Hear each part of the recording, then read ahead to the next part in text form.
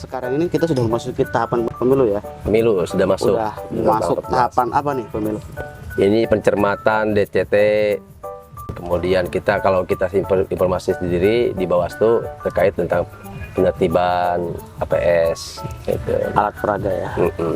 Jadi kita di sini akan bedah apa sih tugas Bawaslu itu pada pemilu 2024 yang akan datang.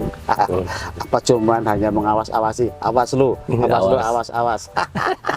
Kita akan bongkar.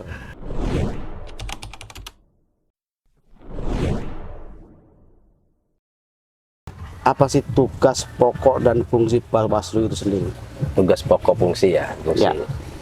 Bawaslu provinsi prinsipnya kita hadir berdasarkan Undang-Undang Nomor 7 tahun 2017 tentunya Mas ya. Terkait tugas wewenang, kewajiban kita adalah tugas pertama adalah pencegahan, pengawasan terhadap tahapan-tahapan dilaksanakan oleh KPU terutama terkait dengan pelanggaran ke pemilu, kemudian juga melaksanakan sengketa proses pemilu. Di dalamnya ada pelanggaran etik, ya, kemudian administratif, yang tentu administratif ini biasanya dilakukan oleh teman-teman KPU yang memorandumnya adalah tentang tata cara prosedural tentang mekanisme pencalonan tersebut. Kalau misalkan tahap pencalonan, ada beberapa juga yang terkait dengan pidana. Kita di Bawaslu Provinsi Banten maupun Kabupaten Kota sudah melaksanakan kegiatan Gakumdu antara Bawaslu, Kejaksaan, ya kan, ya, kepolisian itu untuk pidananya. Ya tentu kalau misalkan kemudian kita berkaca dengan hasil pemilu, itu ke ranah kami, karena itu adalah ranahnya Mahkamah Konstitusi untuk tingkat pelanggaran tersebut. Tugas Bawaslu ini tidak hanya mengawasi calon legislatif, calon presiden, tapi juga mengawasi KPU ya, sebagai penyelenggara pemilihan umum. Kita melaksanakan kegiatan pengawasan, diutamakan pencegahan. Lebih baik mencegah daripada mengobati ya. Kalau kita lihat terkait pileg nih, pemilihan legislatif, saat ini kan baru tahapan DCS ya. DCS sebentar. DCS dan beberapa hari lagi DCT ya. DCT.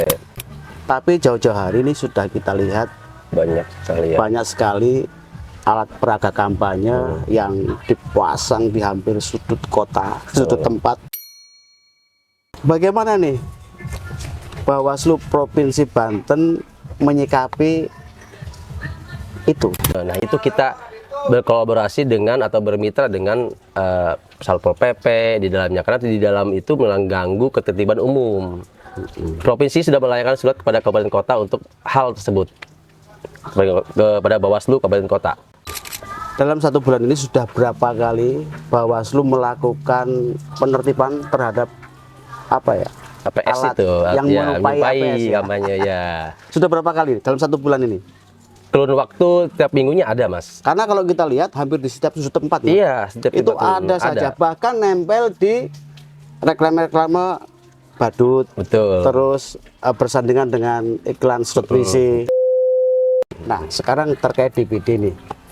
Kalau pada pemilu sebelumnya 2019 itu kan, kalau kita lihat di beberapa pemberitaan sejak digital menyebutkan bahwa KPU melarang calon DPD ini berkampanye capres. Bagaimana untuk pemilu 2024 ini? Karena kalau kita lihat sudah ada tuh ya bakal calon DPD yang wajahnya disandingkan dengan bakal calon presiden. Iya, ya, ada gitu. Ya, sepanjang saya membaca per KPU nomor 15 2023 ya tentang kampanye itu, belum melihat saya klausul seperti itu di 2024 ya, Mas ya. Belum melihat, karena di KPU itu hanya menjelaskan tentang tahapan kampanye, apa yang boleh dan tidak boleh, tentunya saya merujuk kepada Undang-Undang Nomor 7 2017, di mana ada beberapa partai politik yang menurut saya itu luar biasa kewenangan melakukan sebuah pemberitaan akun-akun, contohnya media sosial itu diberikan kewenangan untuk peserta politik atau partai politik 20 akun itu. Partai politik diberikan kebebasan Untuk sebanyak 20 akun. 20 akun Maksimal ya, untuk 20 akun. melakukan sosialisasi, Sosialisasi. baik untuk mempromosikan capresnya ataupun calegnya. Calegnya. Jadi diberikan kesempatan 20 akun. Wah, luar biasa itu Mas. Luar biasa ya. Aku 20 akun, satu akun aja udah, kalau bilang menjebak kan udah banyak sekali. Sebenarnya kalau ini diimplementasikan dengan benar, nggak perlu lagi ya caleg-caleg itu masang gambar Ya, di pinggir jalan, merusak biaya lingkungan, murah, ya. biaya murah, apalagi dipasang Iya. di pohon-pohon. Ini kan merusak Luas lingkungan sekali. ya. Ya, mengalami ketertiban lah dalam hal ini Mas.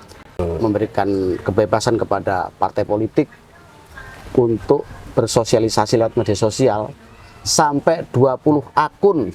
Luar biasa itu. Ini satu terobosan yang luar biasa dan bisa menjadi motivasi kepada para caleg ataupun capres agar melakukan kampanye dengan tidak merusak lingkungan.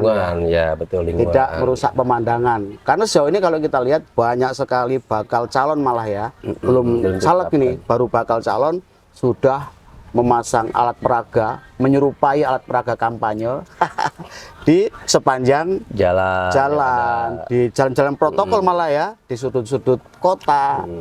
Bahkan juga ada yang dipasang di pohon yang terus bersanding dengan apa itu ya, iklan sedot WC, terus iklan badut dan lain sebagainya. Bagaimana nih kalau ada ketua RT ternyata dia pengurus partai politik atau mungkin sebagai ketua ranting partai politik dan dia ikut berkampanye mengarahkan warganya ke calon tertentu, ini boleh atau tidak? Nih ya, Pak RT, Pak RW dengerin, ini Bawaslu. Ketua RT dan RW siogianya memang dipilih secara langsung oleh masyarakat. Tentu ini dimiliki oleh masyarakat pada umumnya. Siogianya tidak dapat melakukan kegiatan politik praktis di dalamnya. Karena ini untuk mencapainya kegiatan pemilu yang demokratis. Itu Mas. Ya. Jadi ketua RT, ketua RW ini dipilih oleh masyarakat, dipilih oleh rakyat. Jadi ketika ia terpilih menjadi ketua RT dan ketua RW, ini menjadi milik masyarakat semuanya ya. Setelah etika begitu. Alangkah baiknya kata Bawaslu, ketua RT, ketua RW ini tidak melakukan politik praktis untuk menjaga kondusivitas pada pelaksanaan pemilu 2024 yang akan datang.